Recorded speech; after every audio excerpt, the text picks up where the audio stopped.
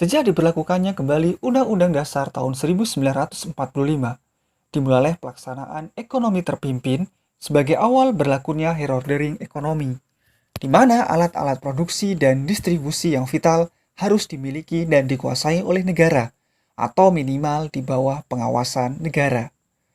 Beberapa kebijakan yang diterapkan oleh Presiden Soekarno untuk memperbaiki kondisi ekonomi dan keuangan pada masa demokrasi terpimpin yakni yang pertama, pembentukan Dewan Perancang Nasional atau Depernas dan Badan Perancangan Pembangunan Nasional atau Bappenas. Upaya perbaikan perekonomian Indonesia dilakukan dengan pembentukan Dewan Perancang Nasional atau Depernas pada tanggal 15 Agustus tahun 1959 yang dipimpin oleh Muhammad Yamin. Depernas kemudian menyusun program kerja berupa pola pembangunan nasional yang disebut sebagai pola pembangunan semesta berencana dengan mempertimbangkan faktor pembiayaan dan waktu pelaksanaan pembangunan.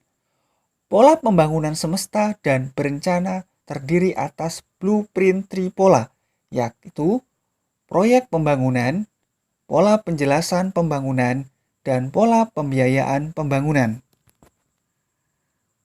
Kemudian pada tahun 1963 juga dibentuk Badan Perancangan Pembangunan Nasional atau Bappenas yang dipimpin oleh Presiden Soekarno sebagai pengganti Depernas.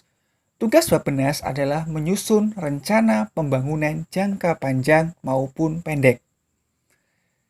Kebijakan yang kedua adalah penurunan nilai uang. Untuk membendung inflasi dan mengurangi jumlah uang yang beredar di masyarakat, pada tanggal 25 Agustus tahun 1950, pemerintah mengumumkan penurunan nilai mata uang. Sebagai contoh, uang kertas pecahan Rp500 nilainya dirubah menjadi Rp50, begitu seterusnya. Selain itu, semua simpanan di bank yang melebihi Rp25.000 akan dibekukan. Kebijakan yang ketiga adalah melaksanakan deklarasi ekonomi atau DEKON. Pada tanggal 28 Maret tahun 1963 dikeluarkan landasan baru berupa perbaikan ekonomi secara menyeluruh, yaitu deklarasi ekonomi atau DEKON. Tujuan dibentuknya DEKON adalah untuk menciptakan ekonomi yang bersifat nasional, demokratis, dan bebas dari imperialisme. Meski begitu, dalam pelaksanaannya, DEKON tidak mampu mengatasi kesulitan ekonomi dan masalah inflasi. DEKON justru mengakibatkan perekonomian Indonesia stagnan.